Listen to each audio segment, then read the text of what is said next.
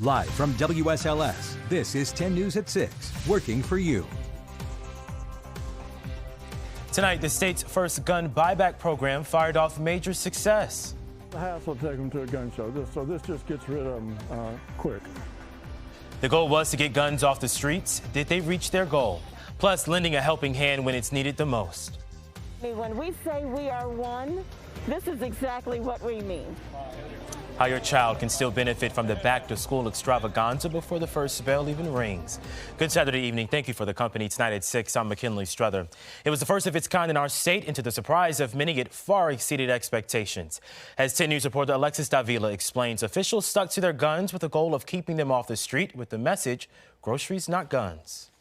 Starting promptly at 11 in the morning, a line of Roanoke residents waited with boxes to turn in their guns. Stephen Clements says he did not need his shotgun and rifle anymore and says this was the best option to get rid of them.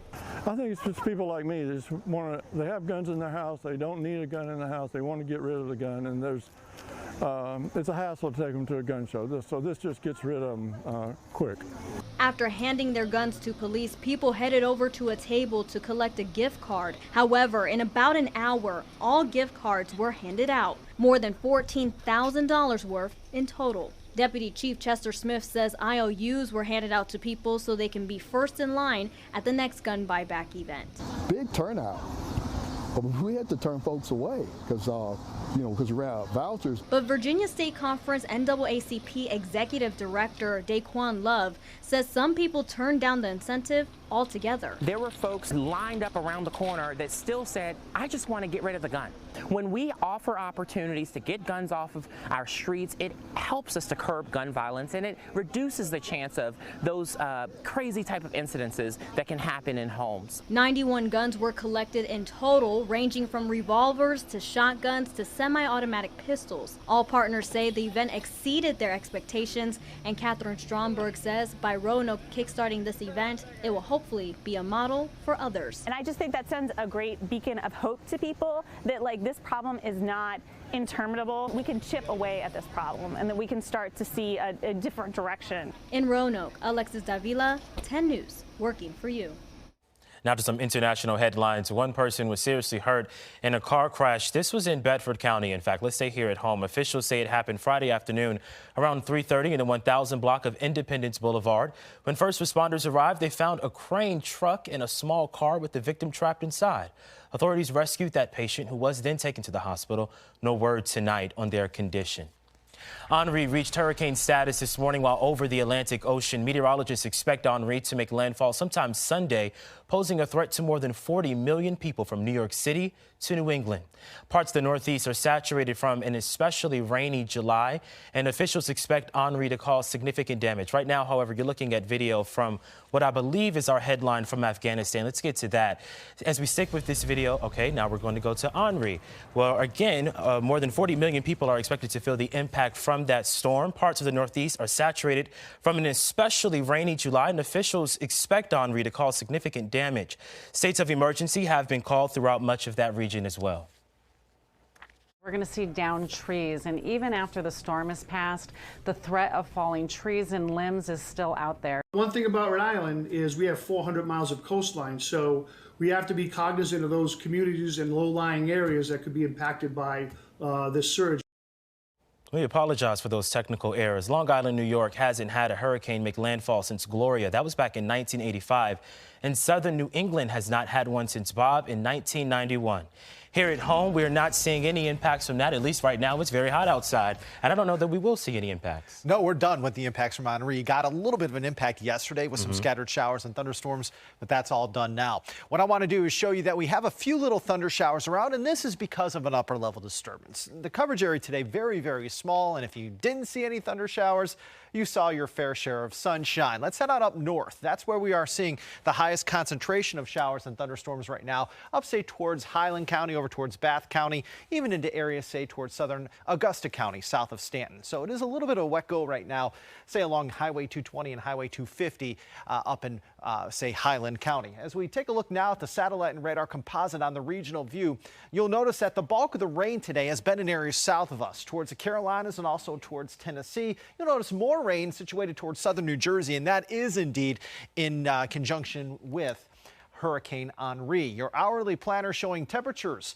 falling from, say, 81, 82, 83 degrees at 7 into the middle 70s by 10. So temperatures going to drop into the middle 70s here as we head throughout the mid-evening hours. Any showers or thunder showers will end for us. And as we look at your Sunday planner, showing temperatures at 8 a.m. around 70, highs tomorrow around 90. We're going to, I think, be partly to mostly sunny tomorrow. Straight late day thunder shower can't be ruled out, but most of us again tomorrow are dry. Heat builds in early in the work week, and we're going to turn wetter later in the work week. We'll show you the 7-day coming up in just a little bit. McKinley. All right, Jeff, thank you. Before coming to grounds, University of Virginia students were required to be fully vaccinated or be unenrolled from their classes. The school has disenrolled over 200 students for not complying. UVA officials say out of the 238 incoming fall semester students, only 49 of them were actually enrolled in classes, and that the remaining 189 may not have been planning to return to the university this fall at all. School officials say 99% of the UVA student body is now fully vaccinated. Roanoke City's Back to School Extravaganza returns this year and helps double the amount of families compared to last year. This morning, hundreds of volunteers passed out 3,300 bags of school supplies to families at Patrick Henry High School. Lines of traffic were so long the entrance shut down an hour early. Superintendent Valletta White says she understands many families are still struggling financially after the coronavirus pandemic and need more support. Our families are getting what they need so that their kids can start off this school year in a great way. So, I mean, when we say we are one, this is exactly what we mean. For the first time, Fleet Feet brought 5,000 pairs of shoes for students of all ages to that event. Only 1,500 were distributed today due to the time limit, but volunteers will visit every school once school starts to give out the rest. Each child steps on a 3D foot scanner to assure each pair of shoes is a perfect fit. So that was really important to us, is we didn't want to just hand kids shoes, because it's really important to us to fit shoes, and because most people don't wear the proper size, and especially kids, they're growing and you don't know what size they wear. If families could not come out today, reach out to your child's school counselor or principal for shoe vouchers and supplies. Additional school supplies will be sent to every school for families to claim. Amid the summer heat, man's best friend needs to cool off as well. How Dog Days of Summer offers a different way to beat the heat. And a troubling milestone showcases the rapid melting of Earth's ice sheets, how it could affect weather across the globe and where you live. WSLS 10 News, the proud winner of 2 2021 Emmy Awards for Best Daytime Newscast and Best Evening Newscast. Today was the second annual Dog Days of Summer, with Lancerlot Sports Complex opening their ice rink and pools for your four-legged friends to cool off. Over 20 vendors were on site providing free services and offering door prizes and so much more. Organizers say the goal for this event is to offer something different and unique to beat the heat. Bring your dogs out. Your dogs deserve to have a fun day, just like your human people do. So this is a day fun for them. It's their day just to have fun, meet other friends. Angels of Assisi was also on site hosting a dog adopt-a-thon to help animals find a forever home. Another hot day as we give you a live look from our Virginia Tech Carillion Skycam overlooking downtown Roanoke. Chief Meteorologist Jeff Hanowich is here tonight. He'll give you a check of your forecast. That's just after this break. Rain fell at the highest point on the Greenland ice sheet last week for the first time on record. Scientists say it is another worrying sign of warming conditions for the ice sheet already melting at a rapid rate. Temperatures at the ice cap almost never lift above freezing, but officials say they have now done so 3 times in less than a decade. In total, 7 billion tons of rain fell across Greenland over a 3-day period, the largest amount since records began back in 1950. They're an indicator of the bigger effects that we're starting to see now more and more in the mid-latitudes, things like more fires, more heat waves, more extreme weather. Greenland had a massive melting event in late July when enough ice melted in a single day to cover the state of Florida in 2 inches of water. Your local weather authority, always watching and tracking for you from the JES Weather Center. Attention sky watchers, we have our August full moon and it appears tonight. It's called the sturgeon moon. Why is it called the sturgeon moon? Well, sturgeon in the Great Lakes are more readily caught at this time of year, so they give a little shout out to the fish. All right, here's a look now at what we're expecting to see here as we head throughout the course of the overnight tonight. And you'll notice that it is indeed going to be pretty quiet. So if you want to check out the full moon, I think you're going to have ample opportunity to do so because for the most part tonight is looking fair, okay? But for about the next 2 to 3 hours, we're also going to have a couple of thunder showers. Highest concentration of those thunder showers will be along and north of Interstate 64. You'll notice that parts of the highlands right now, especially Highland County, seeing a couple of thunder showers.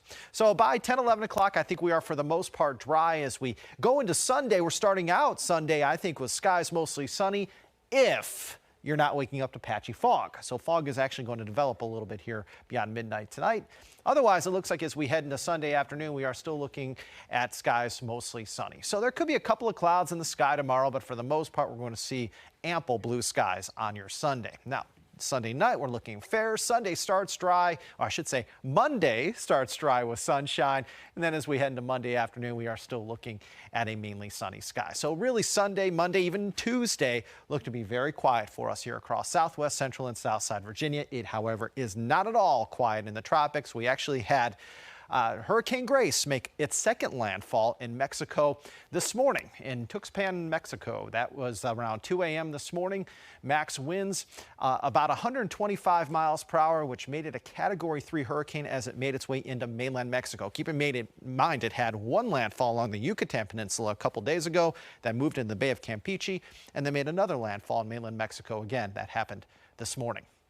Here's the latest on Henri. Henri right now with winds of 75 miles per hour. Category 1 hurricane moving northeast at 18 miles per hour. It's really starting to pick up some forward steam. Expected to make a landfall, we think, somewhere close to Long Island here as we head into Sunday, and then make a button hook through Maine and eventually perhaps towards the maritime provinces of Canada by Tuesday or Wednesday of next week. We do indeed have hurricane warnings in effect for Long Island, places like New Haven, Connecticut, all the way to the east towards Westport, Massachusetts. This includes areas of Rhode Island, even New York City under right now a tropical storm warning. So lots of rain, wind, storm surge, and beach erosion is heading towards the southern New England coast here very, very soon. And of course, we are now dealing with Henri. The next name on the list is Ida. And right now, hopefully we're not going to see Ida form anytime soon. We'll see what happens. We're reaching the peak of hurricane season very soon. 88 right now in Lynchburg, 87 in Danville, also in Roanoke, 82 Blacksburg, it's 79 in Wytheville. For tonight, any thunder showers will end pretty quickly. Fog may then form. Overnight lows between 60 and 68. For tomorrow, more sunshine than cloud cover. We're hot. It wasn't that humid today. Humidity may go up a little bit tomorrow, but it's really next week when the humidity arrives. Highs tomorrow in the mountains, 82 to 88. Outside the mountains, upper 80s and lower 90s. 93 Monday, 94 Tuesday, 93 Wednesday, 90 on Thursday. A heat wave for us, no doubt, here, at least for the first part of the work week. And then highs will fall into the 80s Friday and Saturday. Better chances for more thunder showers Wednesday through Friday. McKinley. All right, Jeff, thank you. It's Saturday, so we're going to catch you up on all of those headlines you may have missed throughout the week. Channel 10 News at 11. We're working for you to bring you this week's Top Talkers. And coming up in sports, which NASCAR driver is feeling the heat to get the win over the next 2 weeks? The Camp Tour gets in on the night vision with Cave Spring, and back to business. The Generals have returned to the field in Lexington. That and more next in sports. For the Washington and Lee football team, a return to the gridiron has been a long time coming. Brooke Leonard checks in on a program that still has high expectations. Washington and Lee was one of the only area teams last season who made the decision not to play due to COVID-19, making 2019 the last time senior Joshua Brees took to the field. We're hungrier, more motivated, and we're just ready to roll. I mean, these guys have been waiting 19 months for this opportunity, and to get a chance now, I think we all feel it. Excitement was definitely in the air on Saturday at the general scrimmage against Southern Virginia University. We've talked a lot, kind of coined the phrase a little bit of payday. This is the first payday they've had in a long time to be able to get out here, play against not your best buddy, not your roommate, and really compete on a football field. So we're really excited. With a large roster this fall, the Generals have depth at most positions and return key players on offense like Brees, who holds the WNL career rushing record with 3,710 yards. We're very dynamic. We can ground and pound any time of any day, but also we're very full of explosive plays. So I'm very excited for our offense. We have a lot to offer. And the speed of the depth chart for the Generals can impact the defense in a big way. Defense, a lot of people flying around. We have a lot of players, a lot of young guys ready to play. I'd expect a lot of speed, a lot of moving pieces, a lot of personnel, but they're really an exciting group to practice against. Frustrating when you got your offensive hat on, but exciting for what it brings for the future of our programming. Washington and Lee opens against Christopher Newport on September 4th. In Lexington, I'm Brooke Leonard, 10 Sports. Makes a stop at Cave Spring, where the Knights are working hard under first-year head coach Nick Leftwich. The goal for the Knights is to create a winning brand of football in and on and off the field. Coach Leftwich says we can expect more I formation on offense with a more physical culture on the defensive side of the ball. Leftwich says the buy-in has been up to par thus far. They've really worked hard. They bought into what we're selling. You know, people seeing it on social media and things like that. That night vision is kind of our brand. Attitude is our word, and that's just how we carry ourselves. And we need to go into everything with a want-to-know mentality and try to be successful in everything we do, whether it's the classroom, on the field, in the weight room, whatever it may be, each play, each rep. You know, we're trying to be successful. I mean, just talking to the guys, like, it's been a huge change, and like there's just like people are more ready to come to practice and just want to be here. We just have a bunch of athletes here. I mean, in the past few years we haven't always shown it off, but like Cave Spring has athletes, and people are going to find it out this year.